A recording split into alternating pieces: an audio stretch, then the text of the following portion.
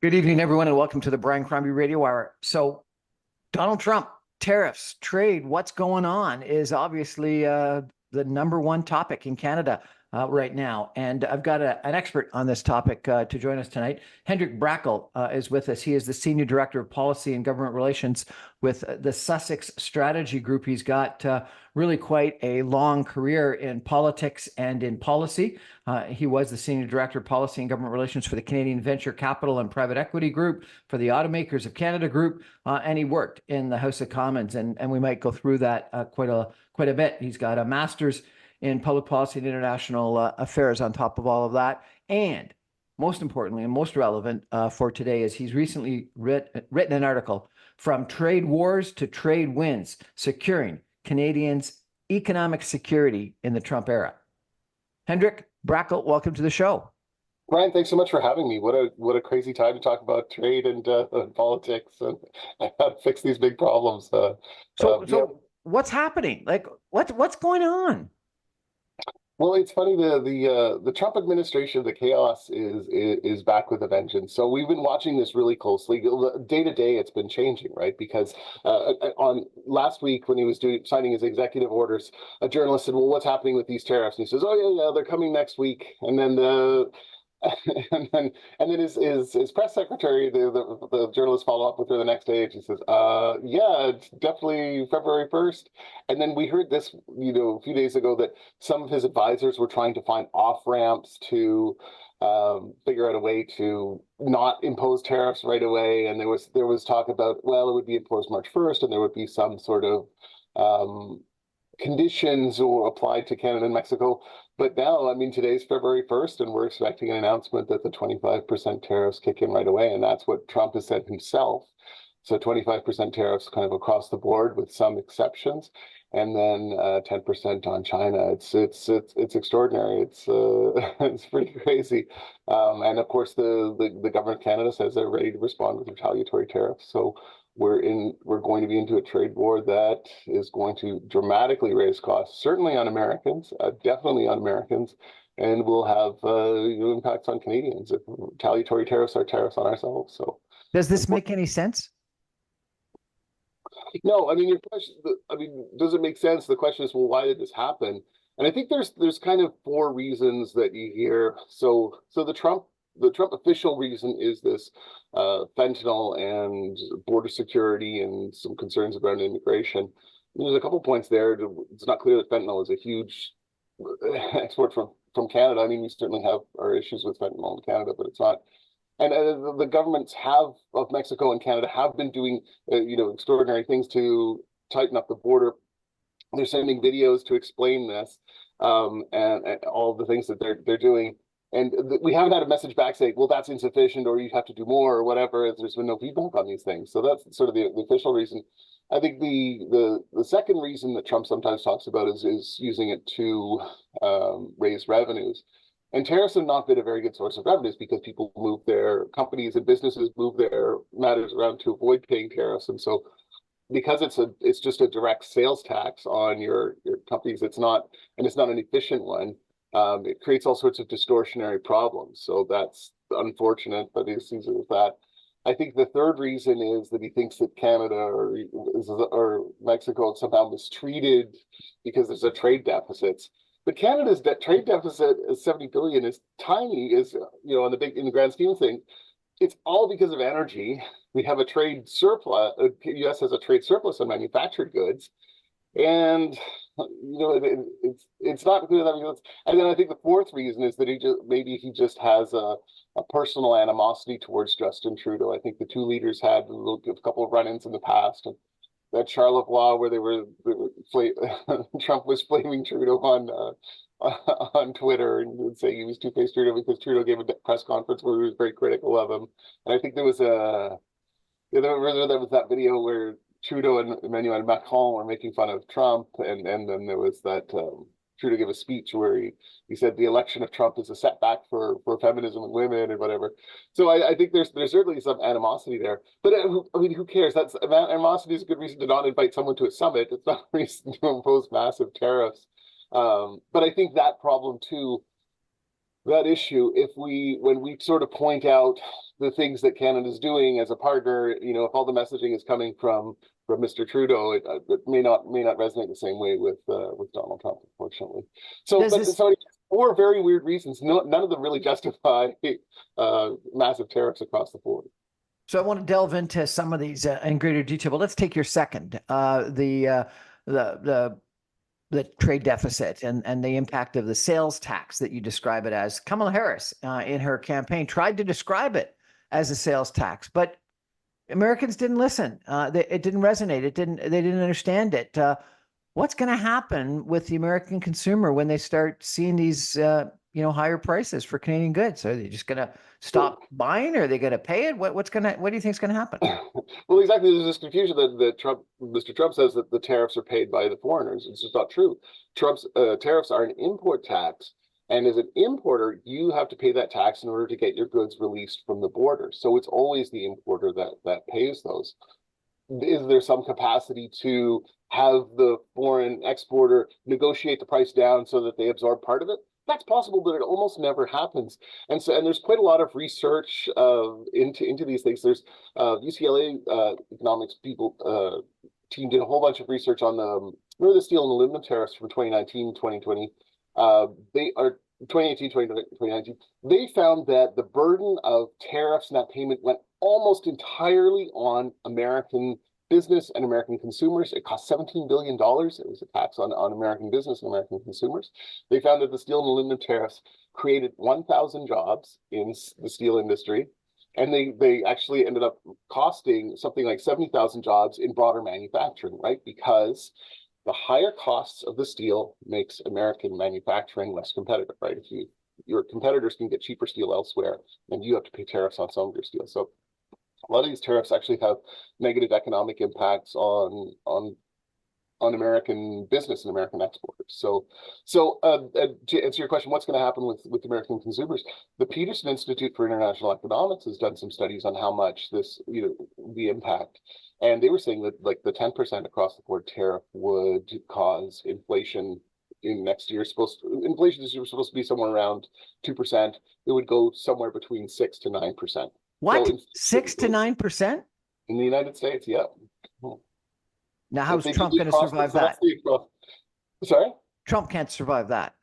Well, that's the thing, is that's why we assume that there would be some sort of exceptions, right? You can't do across the board. If you do this on food and fuel, you get this rip-roaring inflation of 5, 6, 7, 8%, and nothing makes American more upset than inflation. So anyway, so that's why we sort of assume that there would be exceptions. We assume that there would be exceptions for energy and others, but that's not the messaging we're hearing. I think maybe they sometimes some of the folks believe their own thing that foreigners will pay tariffs, when in fact it's not true. And there's lots of research into tariffs and how they work, because they've been applied all over the place. Now, Hendrik, you also, in addition to your policy issues, you've worked in politics. Is that correct? Yeah, I got to work with the Conservatives.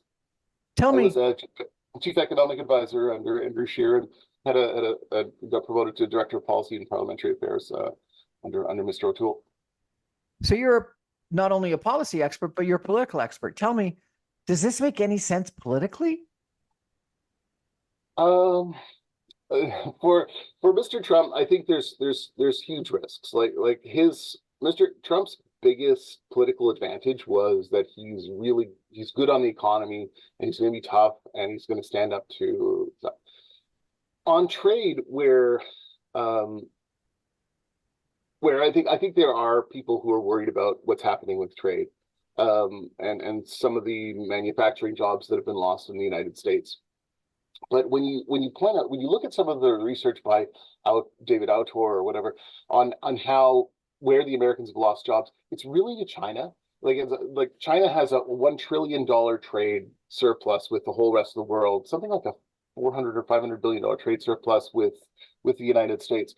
There really is an issue with China, massively subsidizing its exports, massively keeping the value of the Chinese renminbi below. Some of the issues around theft of intellectual property. China's creating the issues on trade that are like there are legitimate issues about trade. I don't want to think it's give you the sense that it's completely a Trump invention, but all the issues on trade can be traced back to issues around China and some of China's bad practices. I can't imagine that there's a whole bunch of American business and American consumers saying, "Oh boy, we just can't compete with Canada and Italy, and we have to have tariffs." So anyways, I think it's politically not good for the president, and particularly as when this shows up in the inflation data, boy, it's going to be a problem for him. We're chatting tonight about trade with Hendrik Brakel, Sussex Strategy Group, a trade policy expert who's written a really interesting article recently about how we can win from trade policy. And we're going to come back to some of his suggestions on winning and how we could possibly win in a couple of minutes. But I want to, after a break, ask him a little bit more about some of the other issues that he's addressed in his article and in a lot of the reporting about what's going on. We want to talk about national defense. We want to talk about fentanyl. We want to talk about Arctic sovereignty. What are the other issues? And are any of them valid that Donald Trump is raising? Stay with us, everyone. Back in 2 minutes.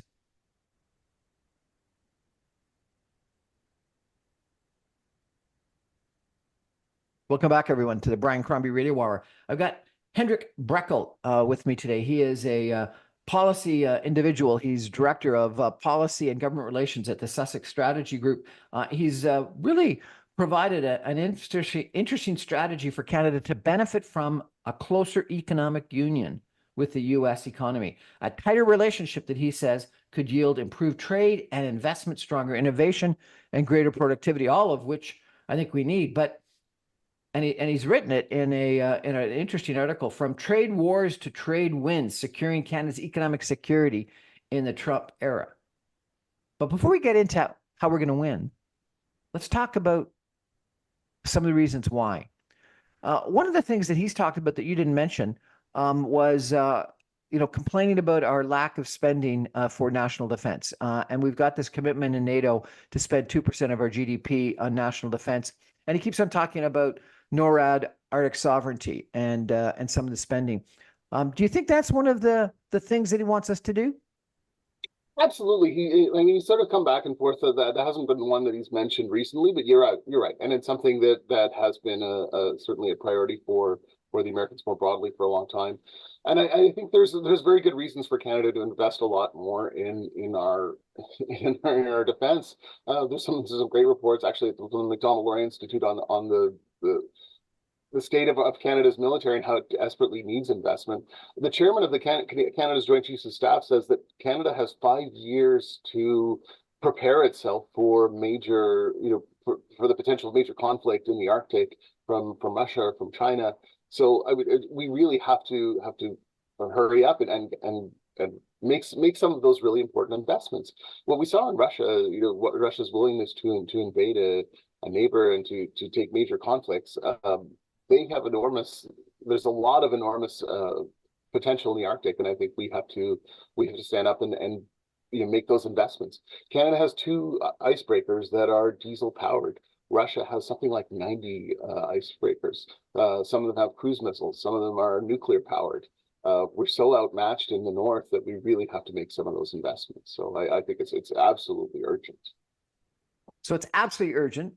And if I'm correct, we actually signed a document, a treaty saying that we would spend 2% of our GDP on national defense. Is that correct? Yes, yeah, it was a commitment. It was as a target, and then last year the Prime Minister said that actually Canada would. He said that we had a plan to get there, but he kind of hemmed and hawed about it, and he said, "Well, it's kind of an arbitrary target, anyways," and so it wasn't received with it wasn't expressed with enthusiasm or with real confidence. The other problem is that Canada, like Canadian Defense, released their latest military plan just 2 months ago, 2 months prior to that announcement, and it didn't seem like there was a whole lot of practical steps to get to 2%. But anyways, I think that's one of the issues where we really have to show a solid plan. And so when you talk about stuff like defense and border security, packaging all this stuff to say to Trump, look, you have a great ally in Canada. Let's work at look more broadly at North American economic and military security. So, But on GDP, on 2% of GDP spending on national defense alone, Trump's right, and you're arguing that he is right, correct? well, I mean, the prime minister has said that he's right, that we should be going to 2% of GDP, and that's absolutely achievable. It's a lot of money. I mean, it is. We can. I think the Parliamentary Budget Office said that would require an additional $50 billion of spending on the military. So it's a pretty substantial amount. But this is important, and it's too important to do this. So Mr. Trump has a point. The problem is that Mr. Trump is kind of all over the map, right? Remember last week he said that that NATO countries should be targeting 5% of GDP. Oh my gosh. So anyways, he 5%. have a point. You can argue, but and I understand it's not a target; it's a commitment. To spend a 2% of GDP, and given a war in Eastern Europe, a war in the Middle East, everything that you've mentioned about Arctic sovereignty, complaints about jets, frigates, military vehicles, more people in the Canadian Revenue Office, the CRA, than in the National Defense, a lack of hiring. We could go on for a while. We've done a pretty crappy job in regards to living up to our commitments for national defense. And we've known for a while that there's a good chance Donald Trump would get elected. I wonder why the Canadian government and frankly, politicians of all parties haven't woken up to the risk associated with this one issue alone. And one would think that some, if not a lot, of the spending would actually benefit Canadian manufacturing. Well, I agree with you, and I think it is absolutely urgent. If in the short term polling, if you poll Canadians about what are your top issues, and they say cost of living and healthcare and the economy and blah blah blah blah blah, and defense is way down at the bottom, but it only comes up when there's a really critical issue or a need to intervene, and so I think politicians just have to bite the bullet and spend a whole lot of money on defense to get our defense capabilities up to where they should be, and to make some of these investments. Canada's procurement, military procurement, also has to be massively overhauled. I mean, even if we somehow found the 2%, we don't spend the money we have allocated right now because Canada's procurement policies are so slow. And remember, the 10-year battle over F-35s and whether we should buy them or shouldn't buy them. 6 years to decide about subs and icebreakers. So we're not spending the money we have allocated now. Even if we had found a 2% of GDP pile of money, it's not clear that we would be able to spend that. So I think our procurement system needs massive overhaul as well, so that we can actually get that money out the door and get value for our military. Okay, so one issue on national defense spending, Trump's got an issue. He's got a point, and we should pay attention and actually meet our international commitments, our NATO commitments. Let's talk about immigration. The immigration system in Canada for the last little while has been broken. At least I think so, and lots of people would agree with that. That we've dramatically increased our immigration, and an incredible amount of foreign students that have come in. Part-time workers that have come in. Trump thinks that some of those people are coming to Canada such that they can illegally cross into the United States. Do you think that's a valid argument? Well, the thing is that there's not a lot of data we don't know, right? Because there's so many. They really blew up the immigration numbers in the past 2 years. So 1.3 million immigrants coming in last year, 1.2 million the year before. That's enormous, and we know that there was certainly fraud. We know that there were certainly people with terrorist links and criminality that came in under the student visas. So there was some lax approaches, and the government has acknowledged this, has actually tightened up a lot on the international students, dramatically reduced the number. So if you believe the government's numbers, that immigration in Canada is going to go from 1.3 million to net negative next year. Like, there's actually going to be an outflow of people, because if you look at, there's going to be some immigrants coming in, but there's going to be such an outflow of international people departing that that the immigration numbers next year in Canada should be negative on net. It's extraordinary. So we have this huge reversal on immigration just in the past year, because I think there was a broader understanding that it just wasn't working. But oh my Hendrik, gosh, I got to interrupt. Do you believe it'll go down? Because for it to go down, we've got to actually become active in deporting people, and we've never done that. And I don't think that's part of who Canada is. I don't think we're going to deport people. no, I don't think so. And I think there are like regularly students who come for a certain number of years and depart. So we will see some departures just normally through the cycling of tourist visas and people who are here as students. I don't. So I don't. To your point, I don't think we will do. We will see. We won't actually go to net negative, but I think there will be some departures. It's certainly a big reduction. I don't think there's some deportation going on, but it is very small in scale in Canada, and it's predominantly directed at criminals. So if we've got a bad immigration system and we've lost control of it, and people are coming into our country, does it make sense that some of them are going into the United States? I mean, it's certainly possible. We've seen some movement over across the border in the. I mean, the Americans have some data on Canadians flowing into the United States across the northern border, and Mr. Homan, that Home Secretary guy, has said yes, this is a problem. Well, he was responsible for that area, I understand. Yeah, and so he says it is a problem, and it is getting worse, and we have to clamp down on it. So I don't have the data to give you a sense of like how many is it hundreds, is it thousands, but I think it is a problem. And when your neighbor says, look, I think there's a problem with your fence, that there are people coming into, you have to be able to do something to reassure them that yes, we're on top of this, yes, we're taking action, yes, we're screening people. And we haven't really heard that from the Prime Minister so far.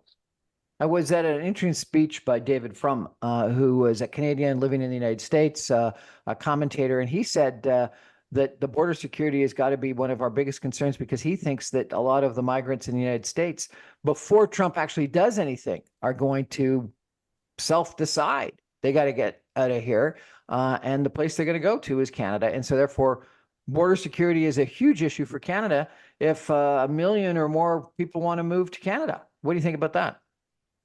I think that's absolutely right. I mean, that is the big concern is that if the threat of mass deportations, we've seen it start in the United States, but it hasn't really taken off in terms of the enormity of the promise.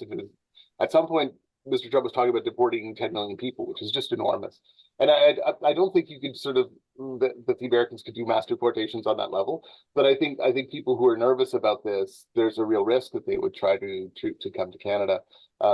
So yeah, absolutely, that is a significant risk. So it behooves us on both sides of the border to really toughen up on border security. Which I guess is the point that I'm trying to make. I think once again, Trump's got an issue, and we talked about fentanyl, or you did. What about guns that are potentially, I think, coming from the south to the north? Do we need to have better border security from immigration, from fentanyl, from guns, from illegal movement across this border? It's, a couple thousand miles. It's mostly undefended. You've argued for closer economic union between Canada and the United States. But one of the reasons why we were able to negotiate that is because of confidence that things wouldn't come into Canada and then go into the United States. Well, we've got the same concern about things coming into the United States, coming into Canada, and guns. I think is one of those issues that is of biggest concern to me and to I think a lot of people. So, bottom line, don't we have an issue in regards to border security and, frankly, going both ways? Yeah, no, I think that's right. I think that's so. There's two things. I mean, there's so I said that 80% of handguns used in Toronto in crime come from the United States. So there's no question that there are guns coming over the border from the U.S. So we absolutely do have to clamp down on border security. I mean, one of the problems is that you could change the laws, you could allocate more billions to toughening up the border, but unfortunately, Canada's parliament is prorogued. The parliament is shut down right now because the Prime Minister doesn't want to face confidence votes in the middle of a liberal leadership race. So we're shut down. We can't take action. I mean, the public servants heroically are trying to do the best they can to demonstrate, that they're taking action. They're doing all these videos. They're putting more resources to the border. But there's a limit to what they can do without legislation, without any new spending. And so I think it was a terrible idea to shut down Parliament at this moment of crisis and to have basically Parliament running on autopilot, the public servants scrambling. and nothing going on until, well, March 24th is when is when Parliament reopens. How long will tariffs have been in place if they're coming in, well, today? So I think that, the point that I've been trying to make is that some of Trump's arguments are not completely nuts. We've neglected our defense spending, our defense commitments. We've neglected border security. I agree with you that his arguments on trade deficit are wrong. And if you take oil and energy out, it goes down dramatically. And one of the things you didn't mention is services, where, I think that the U.S. has a massive trade surplus in the trade of services between Canada and the United States. If we put a tariff on that, it would be incredibly devastating, not only to our economy, because we wouldn't have those services anymore, but to the American providers of the services. So, I think that we've got to take a look at ourselves and some of the mistakes that we've made, and the fact that we didn't take action during the sort of 2-year campaign that Trump, embarked on in the United States. So, we knew there was the threat that he could come back, and we didn't do much in those 2 years in anticipation of a potential Donald Trump presidency. I guess we were just hoping it wouldn't come to pass. We got to take a break. Sorry, go ahead. No, I was going to say, Brian, you're right. I mean, that's what's frustrating. We knew this was potentially coming. We knew this was a risk, and we haven't done anything. And to say that Canada has to fix some of the issues around border security and military spending. These are issues that we've had for years. That's absolutely true. And it's not to say we want to please Trump or we want to do things, but if we package, Canada as a really positive ally, I think there could be much better outcomes from all of this fighting back and forth. So I think you're right. I completely agree with you. We're going to take a break and come back. And when we come back, I'm going to turn to how Hendrik thinks we can win.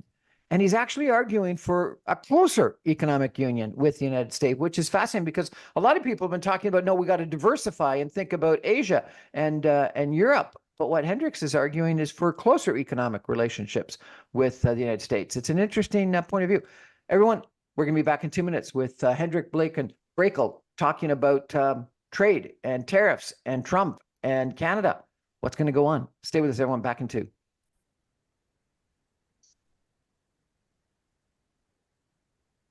Welcome back, everyone, to the Brian Crombie Radio Hour. Trump and tariffs and what Canada is going to do is clearly a huge topic for Canada today. We've got, a leadership convention on it, a likely federal election on it. We got a provincial Ontario election on it. I think it's one of those things that lots of us are talking about. I interviewed a recruiter on Friday who said that people are looking for jobs because people are really worried about the economic impact and what's going to happen to layoffs and their own jobs. And so it's hitting people, in their daily life.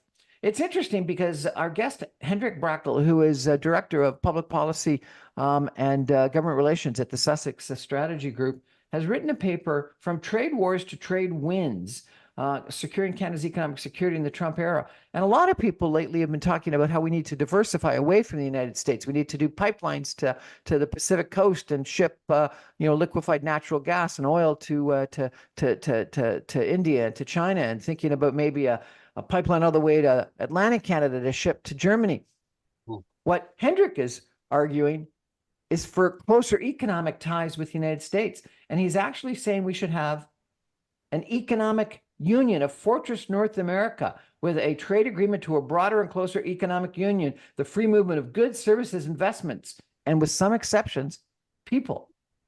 Really? You want the European Economic Union in North America?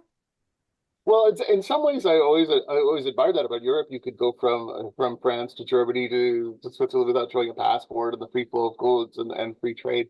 I think in the current situation, the example you had about pipelines is absolutely essential. I think Canada should immediately say, we are going to invoke the emergency powers and the Impact Assessment Act to build pipelines to get our stuff, bring back Northern Gateway, whatever pipelines we can to diversify our energy, because we have to have that leverage to be able to take our oil and gas to Europe and to Asia. So I think that's sort of the exception. But more broadly, I think we've been trying to diversify. Canada's been trying to diversify our trade for 40 years.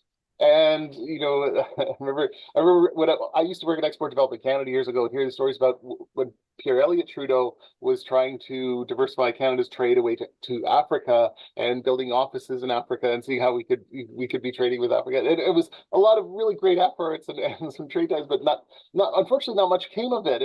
There's this economic dynamo that's right on our border. So even if we did diversify our trade successfully, we made heroic efforts to trade more with Europe, and we got it from 75% down to what, 65%, 50? What's reasonable? Would our trade with the United States no longer matter?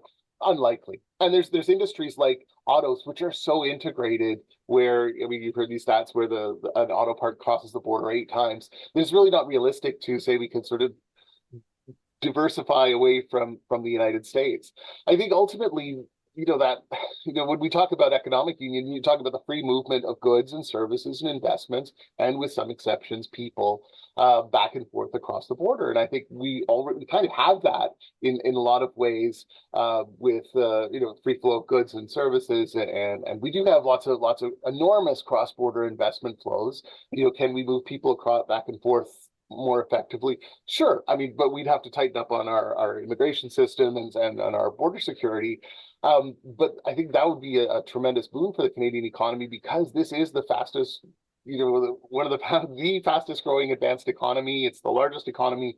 Our industry is already so integrated there that realistically, that's the best bet. And so what the purpose of the paper sort of says, well, look, if we packaged a bunch of this stuff, put a bunch of these things together on military and border, and improving the tax environment, we could have this fortress North America where we really, Canada, like a win-win, where Canada is benefiting from the economic dynamism of the United States, and the United States is benefiting from some of our stuff, the natural resources and energy security, and a much stronger border and NORAD, that there's definitely a win-win. And I think ultimately that's probably what's going to happen. We're going to come together with some deal. Mr. Trump is the ultimate deal maker, but right now, boy, he doesn't make it easy. But then, to allow that to happen, you go on to say that includes mutual regulatory recognition as well as a reciprocal treatment of tax incentives and procurement. You think about the economic union in Europe. The countries had to give up sovereignty. They had to give up a lot of decision making in certain areas to the government in Brussels. And Brexit happened. One of the main reasons why, was because people in Britain didn't like that decision making that they had to give up, that sovereignty that they had to give up to Europe. I can't imagine Americans giving up any sovereignty. And so therefore, are we going to come to a mutual recognition, or are we going to just have to adopt whatever America says? Well, I think Canada's way overdue for a regulatory overhaul. Canada's it's very hard. It takes a long time to start businesses in Canada, to get needed permits and approvals. And I think one of the challenges we have, so there's been a lot of focus right now on the executive orders that Trump has put on trade. But I think when we take a closer look at the executive orders on energy and natural resources, and the energy emergency stuff, where they're just sweeping regulations away to make it much easier to invest in natural resources. Any hindrance to exploration, leasing natural resources are going to be swept away. So the challenge we have is that if the United States is a really easy place to invest in natural resources and energy, and Canada is still this place where it takes 9 years to get approval for a pipeline and 15 years for a mine, and it's just impossible. That is actually much more problematic than any tariffs. That where would your investment dollars go? So I think Canada is way overdue for a regulatory overhaul. And I think some of these things, you're right. There's a lot of pressure to just harmonize with the United States, but I think we have to take a hard look at the competitiveness of our business sector and see where we can make some positive changes. It's interesting because in your article, your very second point is exactly that. Make Canada the best place in the world in which to invest and build a business. And you talk about our industrial policy shouldn't be what I think a lot of people think it's been in the last couple of years, which is, subsidizing picking winners, subsidizing high technology and health policy and energy policy, et cetera. You say it should be Instead of a bunch of subsidies for favorite industries, it should include a major overhaul of a patchwork of regulations and tax policies that are now making it hard to do business in Canada. We must lower taxes, lower energy costs, make regulations business friendly, create better incentives for R&D, make real investments in the supply chain and infrastructure, and improve competitiveness. We can't even have free trade between provinces in Canada. How do you possibly think that you're going to be able to get Canadian provinces, Canadian governments to enact this kind of massive change in our regulatory structure that you're arguing for we need? Well, there's a couple of ways of doing it. Gordon Campbell at BC actually said across the board to every department, everyone's going to cut regulation in each department by 20%, and I'm going to come and enforce it. And he forced it, across the board. And now today, BC has 1/3 less regulation than Ontario. I don't think BC is considered a particularly, an unregulated market. So there are ways to do it. In Europe, they have models where if there's a conflict between two regulations, there's a sort of a court overseer who will sort of try to arbitrate between the two of them. The federal government could create some sort of court with the ability to strike down certain regulations. Now that would drive provinces mental that the federal government could strike down regulations or order them to be changed. But I mean, it's certainly a possibility. And if the government, but you could create a framework where say, well, here's where regulations are justified, here's where they're not. So there's a lot of great solutions, and we've been thinking about it for a long time. I think it's become much more urgent though, and I think you do see a sense of urgency even from provinces that are like, how do we make Canada a much more exciting and dynamic place to invest? So I think in some ways it's benefiting from the urgency or the crisis of competitiveness that we have this drive to move forward on it. So I think pushing the provinces to be able to justify some of their regulations is not a bad thing. I think it can be done reasonably and effectively. We've had dismal productivity in the last decade. We've had flat growth in real median incomes in the last 15 years. We've gone from equal to the United States in productivity to like 40% worse. Do you think it's regulation or overregulation that's caused a lot of this? I do. I think that's a big part of it. It's Canada's businesses are generally smaller is another issue. So something like 98% of Canada's businesses are SMEs. And so it's hundreds of thousands of really small businesses. And small businesses are great. They're the backbone of the economy. But it's much harder for small businesses to innovate and come up with new processes because there's only 5 people working there, and they're all trying to do everything. And so how do you scale Canadian business? How do you get those innovative ideas and artificial intelligence and all these different opportunities and things into Canadian business? It's helping them scale and helping them to grow to be national champions, and the provincial barriers and regulations certainly hinder that. So absolutely, I think that's it. I think the excessive emphasis on immigration has there's some really interesting work from the National Bank on this, where the excessive emphasis on immigration depresses capital investment and productivity, right? Because if you're a business that you could always hire more people at close to minimum wage. You don't need to make all these investments in capital and organizing your business better, because you always have this labor market. And every time business has trouble with labor, they say, well, it's the government's responsibility to go out and get me temporary foreign workers or to supply more labor. A more constrained, or not constrained, but an immigration system that's going slower will induce business to spend more on capital and making better use of their existing employees rather than just hiring 5 more people every time it needs to grow a little bit. Hendrik, your paper was excellent. Thank you for writing it and publishing it. Thank you for coming on today to talk about it. We're going to take a final break and come back with some concluding comments in just 2 minutes. I'm going to ask our expert, what if he was the Minister of Foreign Affairs or the Minister of International Trade, and he was responsible for this topic? What would he do next week? Stay with us, everyone. Back in 2 minutes with some concluding comments.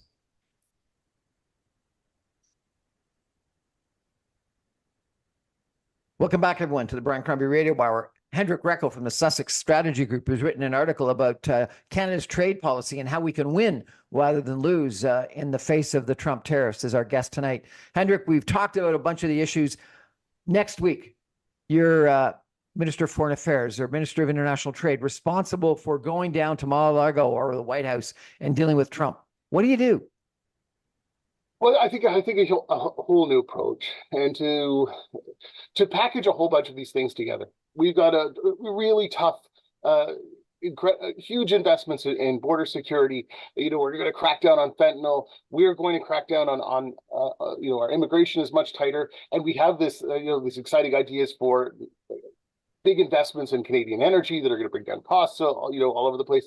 And we're going to have a much more dynamic Canadian economy. We're going to have Fortress North America with really strong economic security, because we're going to bring up these barriers against some of the bad actors in like China.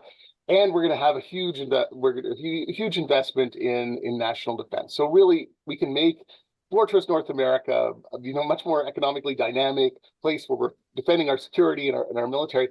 Package all of that so that nobody, not even President Trump, would say, we don't want to be, we want to give our ally a hard time in Canada. So I think that's ultimately some form of that is going to happen, where they come to a deal in the end. I can't imagine that tariffs just go on for 4 years. But I think coming to the Trump administration with that approach, as difficult and challenging and painful as it is, that would give Trump a win and say, look what Canada's really doing all these great things on the border, and so we create a win. I think that's the best approach. I really worry these retaliatory tariffs are going to have a whole lot of negative. We have to do them, but they're going to have a negative impact on Canada. So going in with that big package of we're the number one ally, Fortress North America, I think there's a possibility there.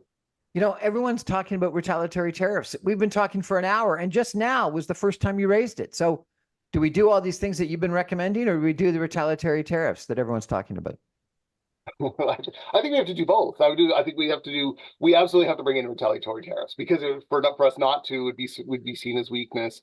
So Canada has to retaliate, unfortunately.